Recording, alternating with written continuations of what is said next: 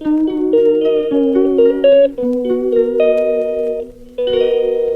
Everyone, जय जगन्नाथ। मु मिताली स्वागत करुच्ची मोर आउ एक न्यू मॉर्निंग ब्लॉग को। तो आज थिला गुरुवार, तो सकाळ सकाळ स्वामी उठिक ऑफिस पळेचंदी। तांको पे मु सकाळु परोटा आउ आलू भजा बनेकी देइथिली टिफिन ने। तो तापरे मु देखिली झियो तो सोईची, तारि भितरे मु जल्दी जाई गाधेई पड़ली। गाधेई पड़ी आसिकी मु मोर जल्दी कौन रोषेई हेई परियो तो भाबिली जाउची भात आ बंधाकोबी तरकारी करबी। तो तारि भितरे मो झियो उठी जाइतिला। आसिकी देखंतु किचन से मते केमती हैरान करूची। मु ता सहित रोषेई भी मते बुझिया पड़ुची।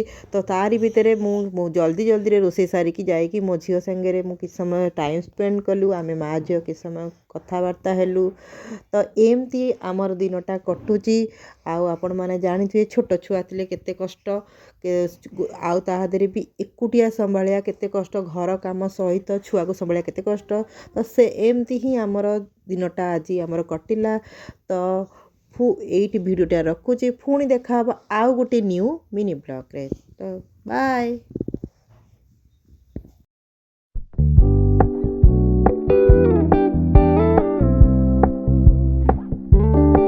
We're gonna keep it low key, keep it softly spoken, with no strings tying you to me.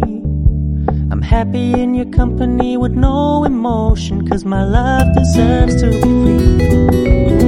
I never wanna look at a house in the garden, I never wanna lock you down.